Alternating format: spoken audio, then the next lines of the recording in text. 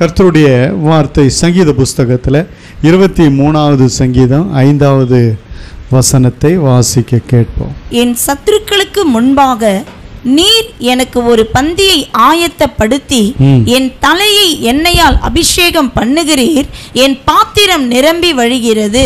ஆமென். என் தலையை எண்ணெயால் அபிஷேகம் பண்ணுகிறீர். அது பண்ண என்ன ஆகுதுன்னா, என் பாத்திரம் நிரம்புச்சு அப்படின்னு சொல்லல, நிரம்பி வழிந்து வெளியே போகிறது.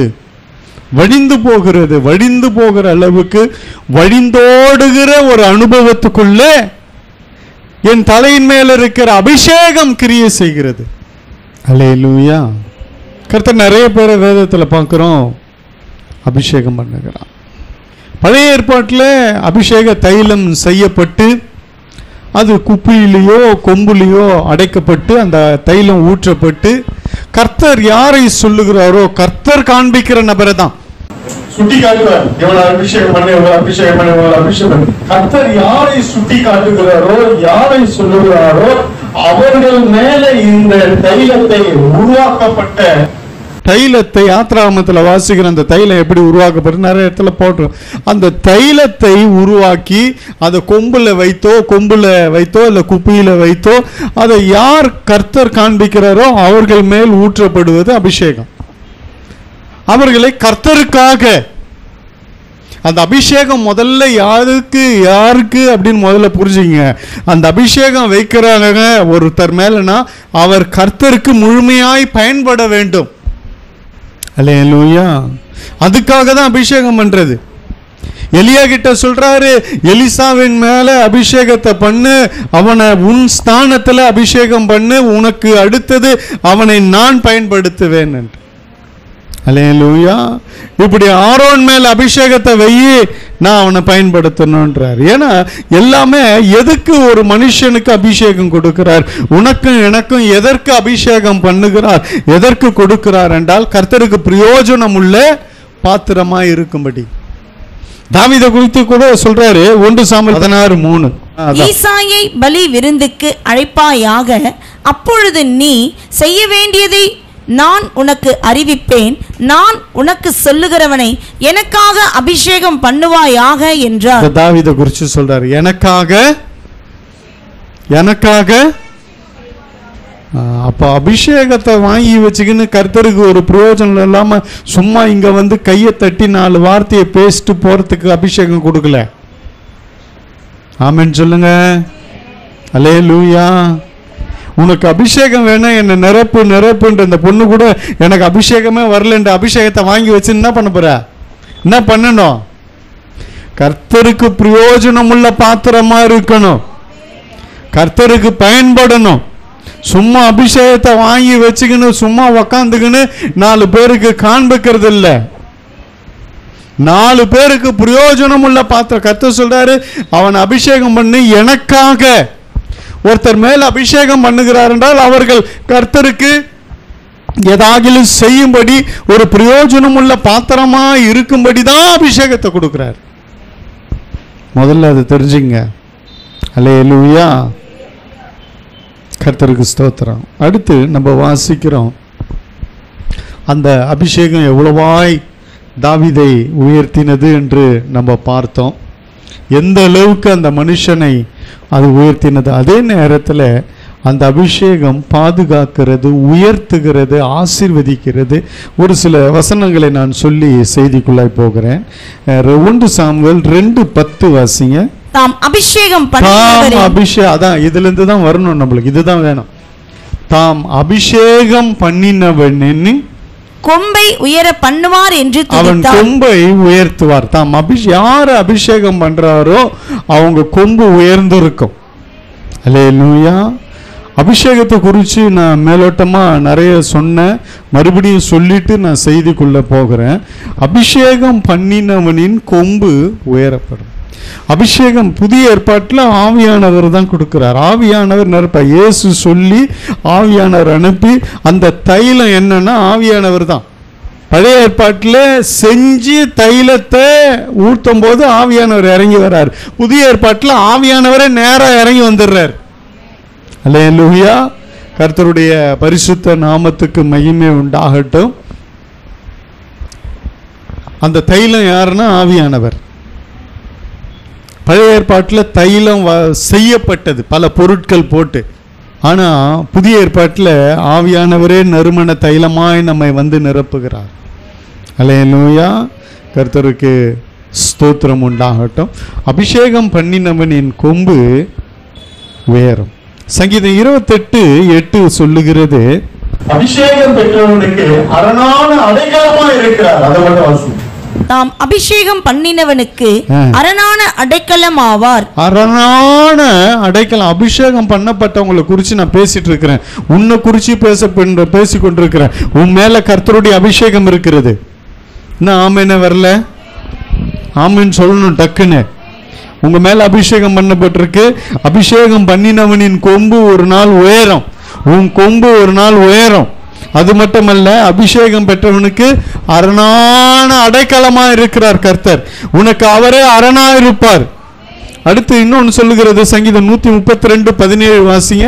அங்கே தாவீதுக்காக ஒரு கொம்பை முளைக்க பண்ணுவேன், நான் அபிஷேகம் பண்ணுவித்தவனுக்காக ஒரு விளக்கை ஆயத்தம் பண்ணினேன். ஆமென். அல்லேலூயா. அணையாத விளக்கு, கர்த்தருடைய சமூகத்தில் எரிகிற விளக்காய் ஆயத்தம் பண்ணினேன் என்று கர்த்தர் சொல்லுகிறார். இப்படி அபிஷேகம் பெற்றவர்களுக்கு கர்த்தர் கிரியை செய்கிறார். கர்த்தருடைய பரிசுத்த நாமத்துக்கு மகிமை உண்டாகட்டும். கர்த்தர் நல்லவர். ஆமென். அப்போ இந்த அபிஷேகம் உங்களுக்கு மிகவும் தேவை. இந்த அபிஷேகம் தான் உங்களுக்கு கற்றுக் கொடுக்கும். இந்த அபிஷேகம் உங்களை வழி நடத்தும். இந்த அபிஷேகம் உங்களை பாதுகாக்கும். இந்த அபிஷேகம் உன் கொம்பை உயர்த்தும். இந்த அபிஷேகம் உன்னை ராஜாவாய் மாற்றிடும். அல்லேலூயா. இன்னொரு வசனம் கூட இருக்கு. 1 யோவான் 2:20 வாசிங்க. அபிஷேகத்தை குறித்து நான் சொல்லிட்டு போறேன். முதல்ல, நீங்கள் பரிசுத்தராலே அபிஷேகம் பெற்று சகலத்தையும் அறிந்திருக்கிறீர்கள். சகலத்தையும் அறிய வச்சிரும். இந்த உன் மேல வச்சிருக்கிற அபிஷேகம் என்ன பண்ணுனா, உனக்கு சகலத்தையும் அறிந்திருக்கும். அடுத்து சகலத்தையும் போதிக்கும். அதே 27வது வசனம் வாசிங்க. அதே அதிகாரத்துல, நீங்கள் அவராலே பெற்ற அபிஷேகம் உங்களில் நிலைத்திருக்கிறது, ஒருவரும் உங்களுக்கு போதிக்க வேண்டுவதில்லை. அந்த அபிஷேகம் உங்களை வழிநடத்துவது மாத்திரமல்ல, சகலத்தையும் கற்றுக் கொடுப்பது மாத்திரமல்ல, எல்லாவற்றையும் போதித்து வார்த்தையை போதித்து உன்னை வழிநடத்தும். அப்படி நீ அபிஷேகம் பெற்று அபிஷேகத்தினாலே வார்த்தையிலே நீ பலப்படுத்தப்படுவாய் என்றால், அதற்கு பின்பு நடக்க போகிறது தான் இப்ப நான் செய்தியா ஒவ்வொன்றா சொல்ல போறேன். கவனிங்க. உன் மேல இருக்கிற அபிஷேகம் என்ன செய்ய போகிறது என்பதை அடுத்து நான் சொல்ல போகிறேன். இந்த அபிஷேகம் சகலத்தையும் போதிக்கும். இந்த அபிஷேகம் சகலத்தையும் கற்றுக் கொடுக்கும். எப்ப இந்த அபிஷேகம் உன் கொம்பை உயர்த்தனா, இதே அபிஷேகத்தின் மூலமாகவே உன் கொம்பை உயர்த்தும், உன் தலையை உயர்த்தும், உன்னை ஆசீர்வதிக்கும். இப்போ இந்த அபிஷேகம் சகலத்தையும் போதிச்ச உடனே என்ன பண்ணும் என்றால், இப்போ வாசிங்க. இப்பதான் இதுதான் நம்மளுக்கு நடக்க போகிற காரியத்தை நான் இப்ப சொல்ல போகிறேன். ஆமென் சொல்லுங்க. உங்களிலே எந்தல தான் நடந்துட்டு இருக்க. நான் பிரசங்கம் பண்ணும்போது எத்தனை பேர் நிரம்பிடுங்க, அபிஷேகத்தில் நிரம்பி அந்நிய பாஷையில பேசுறீங்க. ஒவ்வொரு செய்தியை நான் கேட்கும் போதெல்லாம் எனக்கு அந்த சவுண்டு இந்த ரெக்கார்ட்ல மீறி வருது. இப்ப எண்ணிலிருந்து வழிந்து உங்களுக்கு ஓடுது. கர்த்தருடைய சமூகத்தில் நீங்க அபிஷேகம் பண்ணப்பட்டவங்க. அடுத்து நான் உங்களுக்கு பேசி கொண்டிருக்கிறேன். உங்களுக்கு நடக்க போகிறத குறித்து பேசி கொண்டிருக்கிறேன். உங்களுக்கு இந்த அபிஷேகம் சகலத்தையும் போதித்து கொண்டிருக்கிறது. இந்த நாளில அது உனக்கு விளக்கா இருக்கிறது, பலனா இருக்கிறது, உன் கொம்பை உயர்த்துகிறது, உனக்கு எல்லாவற்றையும் கற்றுக் கொடுக்கிறது, நீ அறிந்திருக்கும்படி செய்கிறது. அடுத்து என்ன செய்ய இந்த அபிஷேகம் உங்களை கொண்டு என்றால், அப்போஸ்தலர் நடவடிக்கைகள் 10:44 நடக்கும். யாரை கொண்டு? உங்களை கொண்டு. இந்த அபிஷேகம் தான் இன்னைக்கு இவ்வளோ வார்த்தை உனக்குள்ள தெரிஞ்சிருக்க காரணம். நீ ஆராதிக்கிற, பிரசங்கம் பண்ற, கர்த்தருடைய வார்த்தையை பேசுற, எல்லாம் பண்ற, இவ்வளவுக்கும் காரணம் இந்த அபிஷேகம் உனக்கு போதித்து இருக்கிறது. அடுத்து இந்த அபிஷேகம் என்ன செய்யணும்? 10:44 படி உன்னை நடத்தும். இந்த வார்த்தைகளை பேதுரு பேசிக் கொண்டிருக்கையில் வசனத்தை கேட்டவர்கள் யாவர் மேலும் பரிசுத்த ஆவியானவர் இறங்கினார். அடுத்து நீ பேசும் பொழுது பரிசுத்த ஆவியானவர் இறங்குவார். நீ எங்க பேசுறியோ அங்க பரிசுத்த ஆவியானவர் இறங்குவார். அல்லேலூயா. அபிஷேகம் பண்ணப்பட்டவனுக்கு ஒரு அடையாளம் என்னவென்றால், இப்ப கூட நான் பிரசங்கம் பண்ணி கொண்டிருக்கிறேன். எத்தனை பேர் ஆவியில நிரம்புறீங்க? ஒவ்வொரு பிரசங்கத்துல பார்க்கிறேன், அந்நிய பாஷையில பேசி கர்த்தரை மகிமைப்படுத்துகிறீங்க, ஆவியில நிரம்பப்படுறீங்க. நான் அந்த வசனத்தை பேசும் பொழுது அதே போலதான் உங்களுக்கும் நடக்கும். நீங்க கர்த்தருடைய வார்த்தையை பேசும் பொழுது அநேகர் ஆவியில நிரம்ப ஆரம்பிப்பார்கள், பரிசுத்த ஆவியால நிரப்பப்படுவார்கள். நீ தேவனுடைய வார்த்தையை பேசும் பொழுது, கர்த்தருடைய வார்த்தையை பேசும்பொழுது, கர்த்தருடைய வார்த்தையின் மேல் இருக்கிற அபிஷேகம் கிரியை செய்ய ஆரம்பிக்கும். அல்லேலூயா. வார்த்தையின் அபிஷேகம் இது. வார்த்தையின் அபிஷேகத்தை கர்த்தர் உனக்கு கொடுத்திருக்கிறார். நீ பேசும் பொழுது ஆவியானவர் பலமாய் கிரியை செய்வார். அடுத்து நடக்க போதுங்க, கர்த்தர் செய்வார். ஆமென் சொல்லுங்க. அல்லேலூயா. நீ பேசும்பொழுதே எனக்கு ஒரு மாதிரி பண்ணுது பண்ணுவாங்க. நீ பேசும்பொழுது கேட்டுக்கினே இருக்கணும் போல. இதெல்லாம் என்ன தெரியுமா? அபிஷேகம். ஆமாம். ஒரு சில சகோதரர்கள் எனக்கு சொல்லியிருக்கிறாங்க, நான் பேசும்பொழுது அவங்க சொல்கிறாங்க, நீங்கள் பேச பேச எனக்கு ரொம்ப ஒரு இதுவாக இருந்தது, எனக்கு அப்படியே மாறினது போல இருந்தது, இன்னும் கேட்கணும் போல இருக்கு. இதெல்லாம் என்ன? அபிஷேகம், கர்த்தருடைய அபிஷேகம். அல்லேலூயா. உன்மேல் இருக்கிற அபிஷேகம். நீ பேசும் பொழுது, தேவனுடைய வார்த்தையை பேசும் பொழுது மற்றவர்கள் தொடப்படுவார்கள், மற்றவர்கள் நிரப்பப்படுவார்கள். கர்த்தருக்கு ஸ்தோத்திரம். அடுத்து இந்த அபிஷேகம் என்ன செய்யணும்? அப்போஸ்தலர் 19:6 இதெல்லாம் குறிச்சு வச்சுக்கொள்ளுங்க. வருங்காலத்தில் உங்களுக்கு தான், இது உங்களுக்கு தான். ஆமென் சொல்லுங்க. அல்லேலூயா. பிரசங்கம் பண்ற எனக்கு எப்போ நடந்துடுச்சு, இது உங்களுக்கு. அடுத்து வாசிமா அந்த வசனத்தை. அல்லாமலும் பவுல் அவர்கள் மேல் கைகளை வைத்த போது பரிசுத்த ஆவி அவர்கள் மேல் வந்தார். அப்பொழுது அவர்கள் அந்நிய பாஷைகளை பேசி தீர்க்க தரிசனங்கள் சொன்னார்கள். அடுத்து அந்த பவுலின் மேல இருந்த அபிஷேகம், பேதுருவின் மேல இருந்த அபிஷேகம் கிரியை செஞ்சது. அதே அபிஷேகம் தான் உன்மேல வைக்கப்பட்டிருக்கிறது, அது கிரியை செய்யும். அல்லேலூயா. அடுத்து என்ன செய்யனா, நீ பிரசங்கம் பண்ணும் பொழுது, நீ கர்த்தருடைய வார்த்தையை பேசும் பொழுது, நீ ஆராதிக்கும் பொழுது, துதிக்கும் பொழுது, ஜெபிக்கும் பொழுது ஆவியானவர் பலமாய் இறங்குவார். அதே போல அடுத்து நீ கையை வைக்கும் பொழுது அவங்க பரிசுத்த ஆவியில நிரம்பி அந்நிய பாஷையில பேசுவாங்க. அடுத்த ஸ்டேஜுக்கு கர்த்தர் உன்னை கொண்டு போவார். உன் மேல் இருக்கிற அபிஷேகம் உன்னை கொண்டு போகும். எல்லாம் அல்லேலூயா சொல்லுங்க. இது நடக்கும். அபிஷேகம் கிரியை செய்யும். ஏன்னா அபிஷேகத்தை குறித்து எனக்கு தெரியும், எப்படியெல்லாம் அது பாய்ந்து போகும்ட்டு.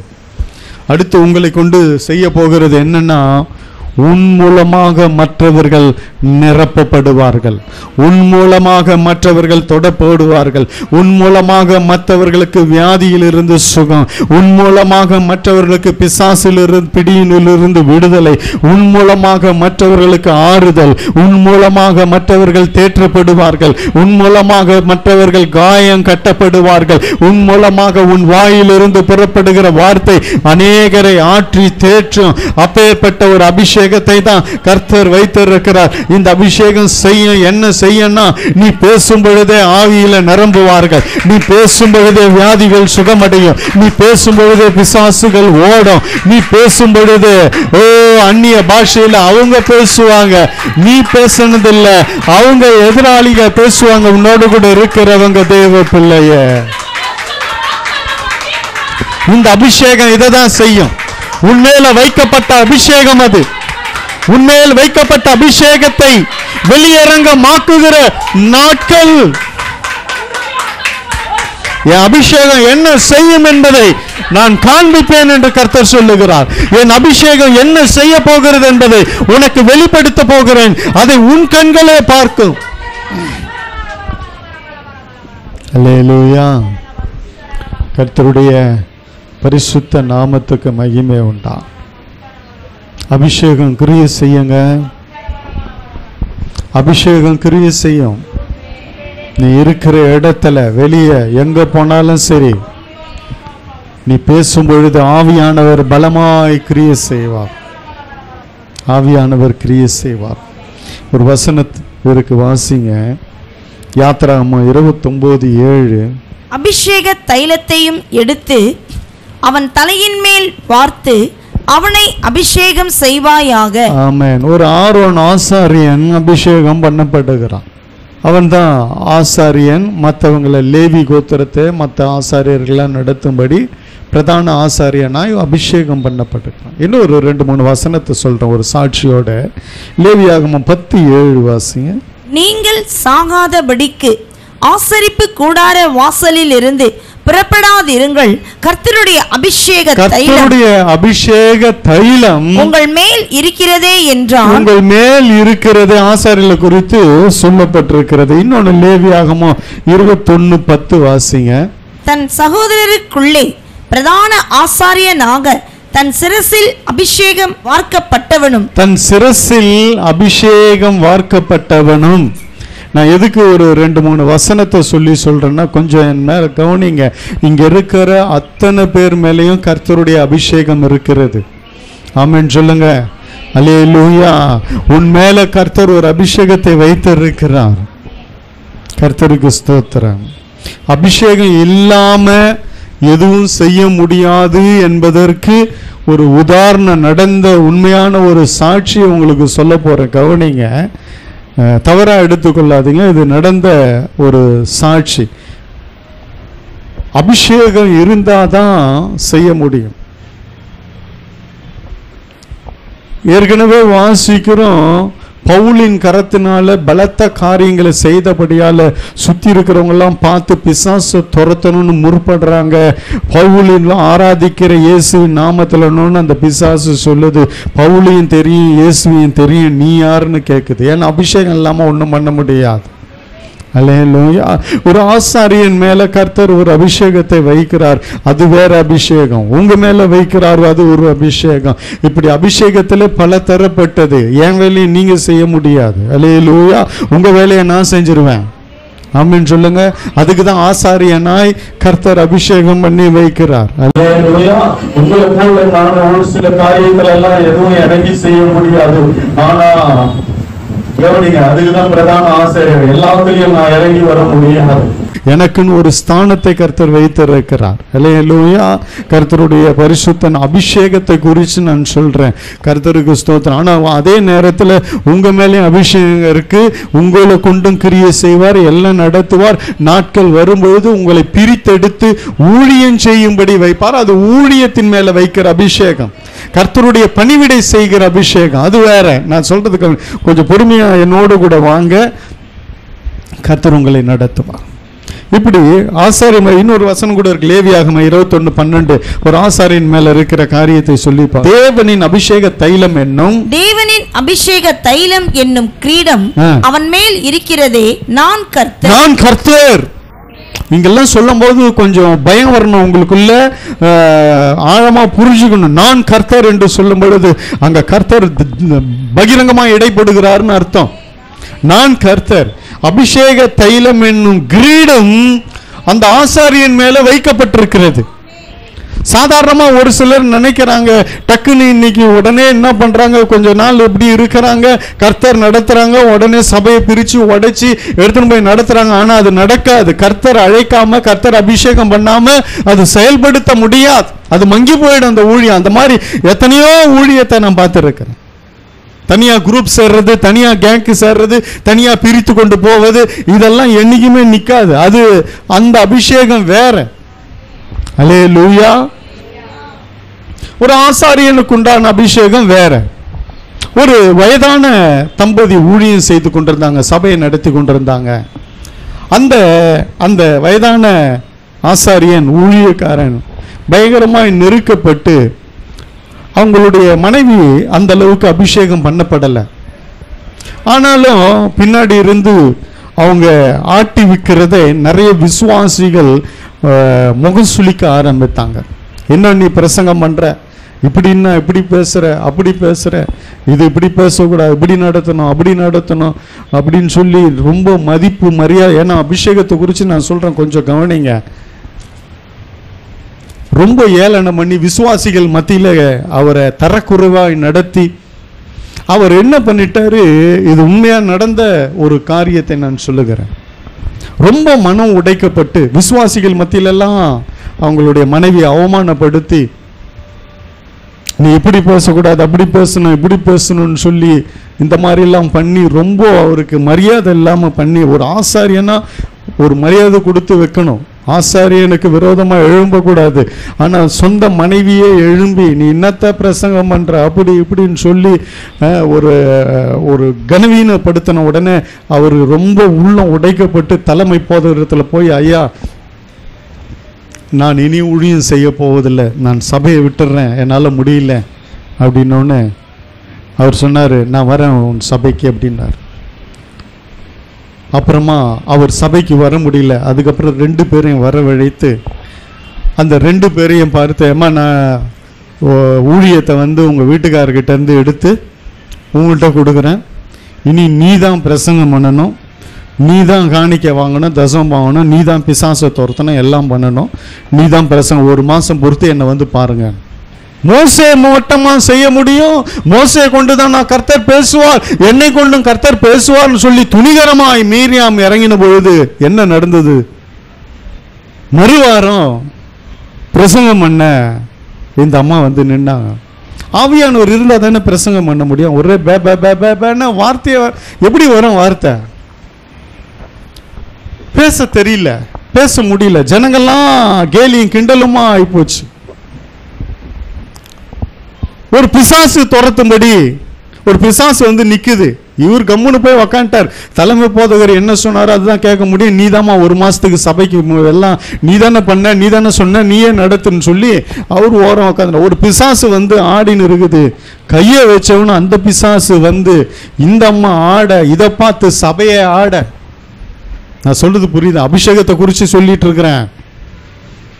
அபிஷேகம் இப்ப கிரியை செய்ய போகுது. இனிமேல்ட்டு அபிஷேகம் பண்ணப்பட்டவனுக்கு விரோதமா பேசாதீங்க, எழும்பாதீங்க.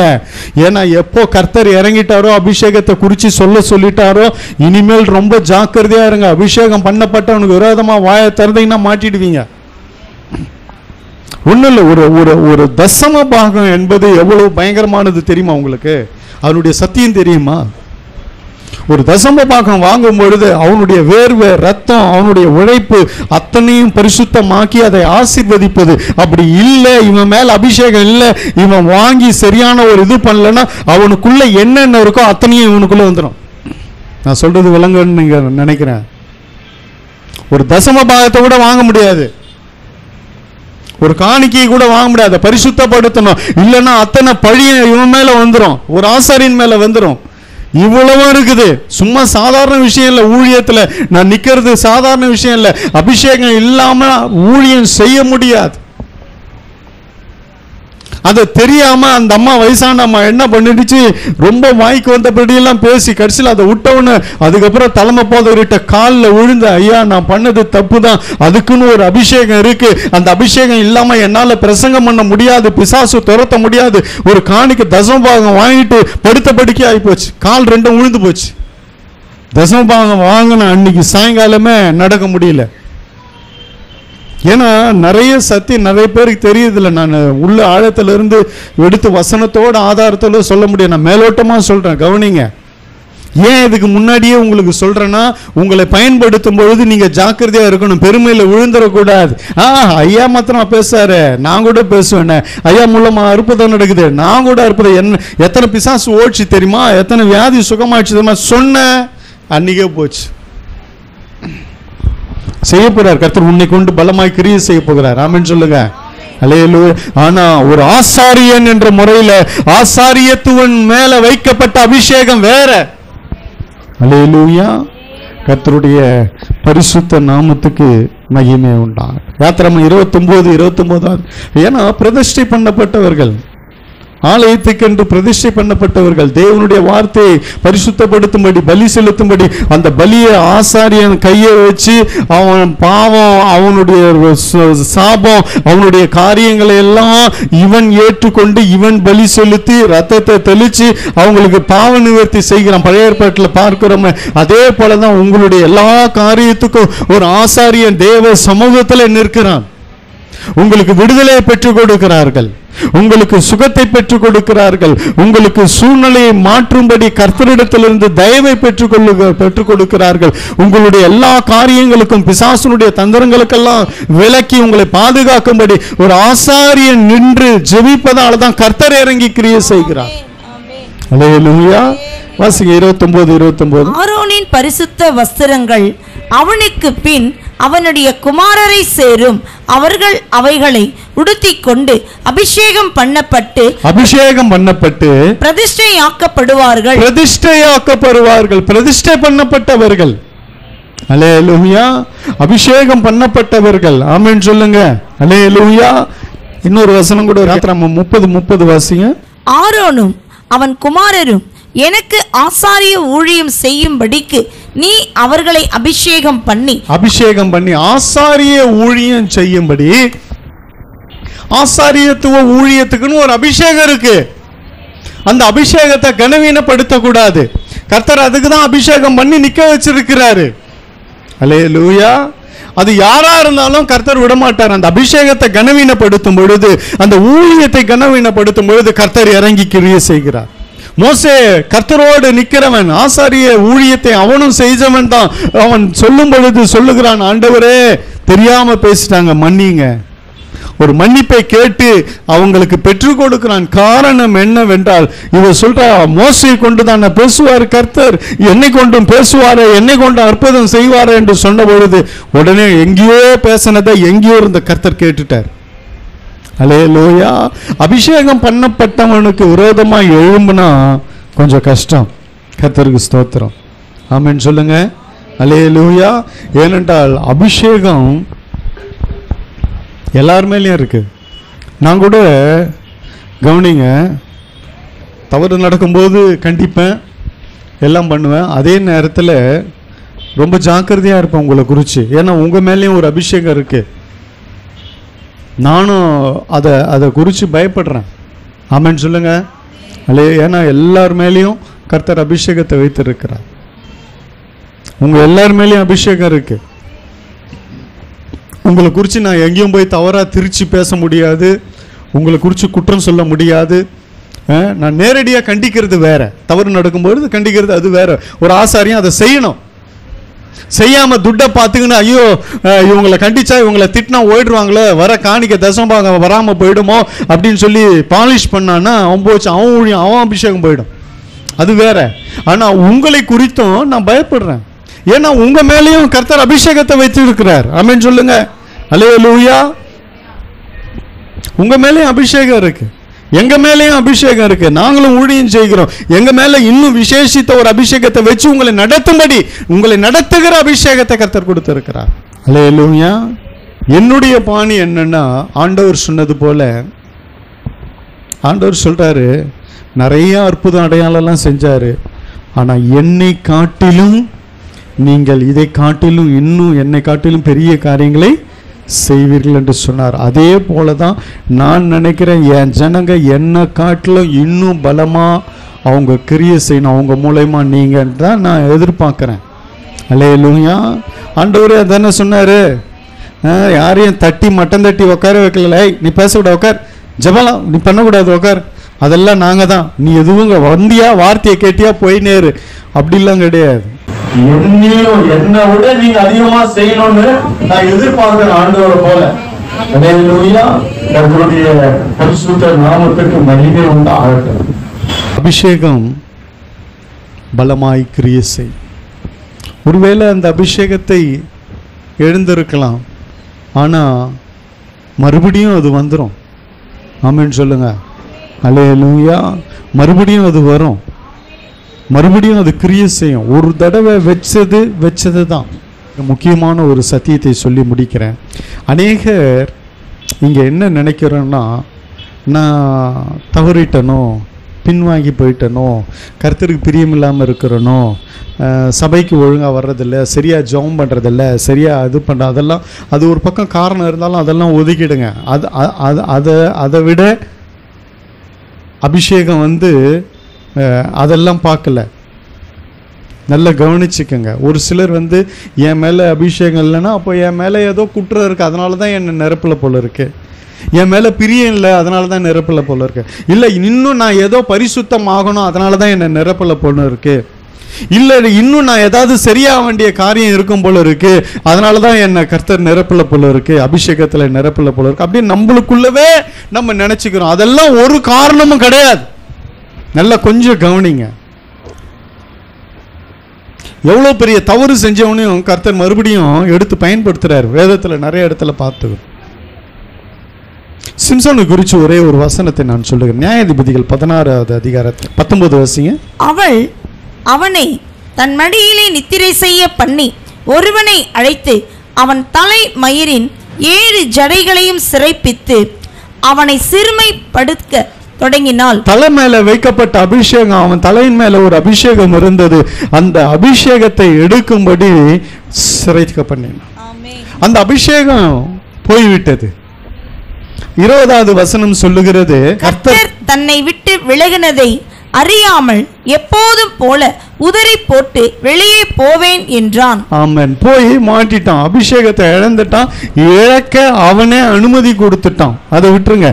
தவறு நடந்து போச்சுங்க, தவறு நடந்து போச்சு. சரி, இப்ப என்ன பண்றது? அபிஷேகம் அவன் மேல வச்சு கர்த்தர் அழிச்சு சிம்சோனை பலமா பயன்படுத்தினார்.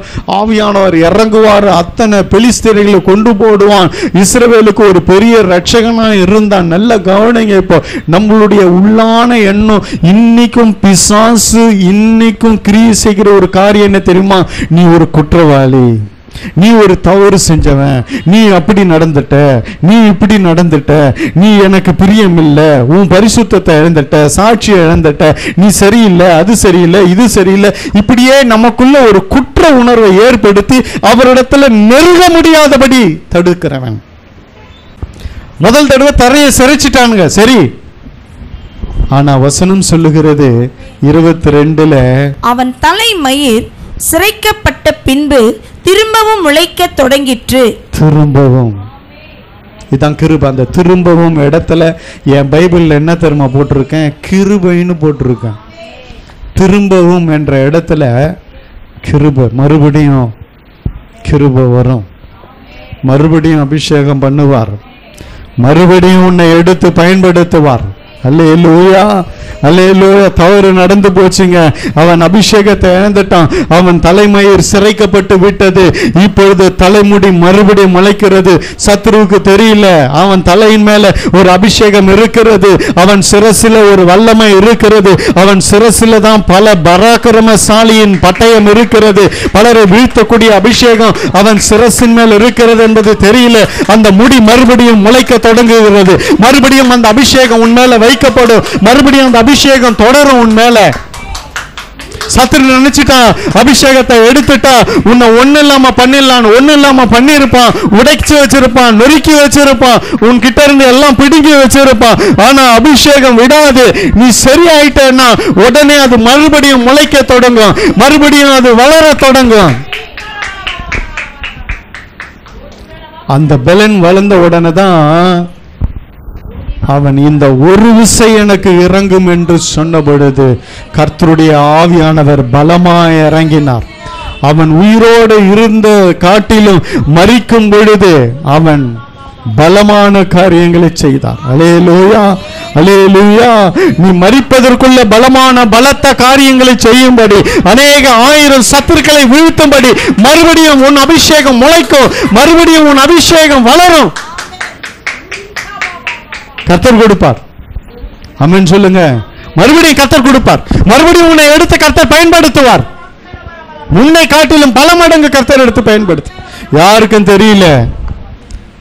சிறைக்கப்பட்ட தலைமுடி மறுபடியும் திரும்பவும் முளைக்க தொடங்கினது, திரும்பவும் முளைக்க தொடங்கினது, திரும்பவும் முளைக்க தொடங்கினது. அது திரும்பவும் முளைக்கும். அது திரும்பவும் வரும். அது மறுபடியும் உன் மேல ஊற்றப்படும். மறுபடியும் அந்த அபிஷேகத்தை கர்த்தர் உன் மேல வைப்பார், மறுபடியும் வைப்பார். அது திரும்பவும் முளைக்கும். எத்தனை தான் அபிஷேகம் எடுக்கப்பட்டாலும், சத்துரு எடுத்தாலும், அது மறுபடியும் மறுபடியும் உன்னை சேரும். மறுபடியும் மறுபடியும் உன் சிரசில வரும். அது திரும்பவும் முளைக்க தொடங்கினது. எல்லாம் கண்களை மூடும். உன் பாத்திரம் ஆயத்தமா இருந்தா கர்த்தர் ஊற்றிக்கொண்டே இருப்பார். அன்றைக்கு எலிசாவின் நாட்களிலே பாத்திரம் இல்லை, எண்ணெய் நின்று விட்டு தீர்ந்து போலங்க. என்ன நின்று இருக்கு? மறுபடியும் உன் பாத்திரத்தை ஆயத்தப்படுத்து, கர்த்தர் ஊற்றுவார். என்ன தீர்ந்து போகல, அது தீராது வற்றாத நதி. என்ன நின்று போயிருக்கு, பாத்திரம் இல்ல. பாத்திரத்தை சரி பண்ணு, உன் பாத்திரத்தை ஆயத்தப்படுத்து, மறுபடியும் ஊற்றி கொண்டே இருப்பார். உன் பாத்திரம் நிரம்பி வழியும். உன் தலையை எண்ணெயால் அபிஷேகம் பண்ணுவார். கர்த்தர் மறுபடியும் உன்னை பயன்படுத்துவார். விழுந்து போன உன்னை அபிஷேகம் தூக்கும், மறுபடியும் தூக்கி நிறுத்தும். சிரைக்கப்பட்ட தலைமுறை மறுபடியும் முளைக்க தொடங்கினது. சிரைக்கப்பட்ட தலைமுடி மறுபடியும் முளைக்க தொடங்கினது. இழந்த அபிஷேகத்தை மறுபடியும் கொடுப்பார், மறுபடியும் ஊற்றுவார், மறுபடியும் உன்னை பயன்படுத்துவார். கர்த்தருடைய வல்லமை மறுபடியும் உன் மேலே இறங்கும்.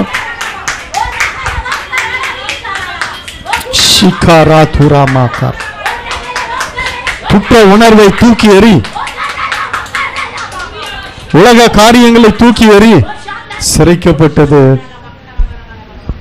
ஆனா மறுபடியும் முளைக்க தொடங்கி, திரும்பவும் திரும்பவும் முளைக்க தொடங்கினது. அது திரும்ப வரும், அது திரும்பவும் வரும், திரும்பவும் வரும். உன் மேல திரும்பி ஊற்றுவார், திரும்ப திரும்ப ஊற்றுவார். அவர் நினைச்ச காரியம் முடியாம கர்த்தர் விட மாட்டார். சிம்சோனை குறித்து ஒரு திட்டம் இருந்தது, சிம்சோனை குறித்து ஒரு சித்தம் இருந்தது. மறுபடியும் அவனை நிரப்பினார், மறுபடியும் பலமாய் ஆவியானவர் இறங்கினார். மறுபடியும் அவனுடைய சிரைக்கப்பட்ட தலைமுடி மறுபடியும் முளைக்க தொடங்கினது. அது மறுபடியும் வரும் தேவ பிள்ளை, மறுபடியும் கர்த்தர் ஊற்றுவார். உன் பாத்திரத்தை ஆயத்தப்படுத்து, தீர்ந்து போகாது. நின்று போயிருக்கிறது பாத்திரம் இல்லை, உடனே எண்ணெய் நின்று போயிற்று என்று வசனம் வாசிக்கிறோம். தீர்ந்து போயிற்று என்று சொல்லல வேத வசனம். பாத்திரம் இல்லாததால, பாத்திரம் ஆயத்தமா இல்லாததால எண்ணெய் நிறுத்தி வைக்கப்பட்டிருக்கிறது. எப்ப வேணாலும் திறப்பார், எப்ப வேணாலும் திறந்து ஊற்றுவார், எப்ப வேணாலும் திறப்பார். உன் பாத்திரத்தை ஆயத்தப்படுத்து. Thank you Jesus, thank you Lord. நன்றி இயேசுவே, நன்றியோடு துதிக்கிறோம். தொடர்ந்து கர்த்தர் நடத்து. எல்லா துதிகன மகிமை மக்கள் இயேசுவின் மூலம் பிதாவே.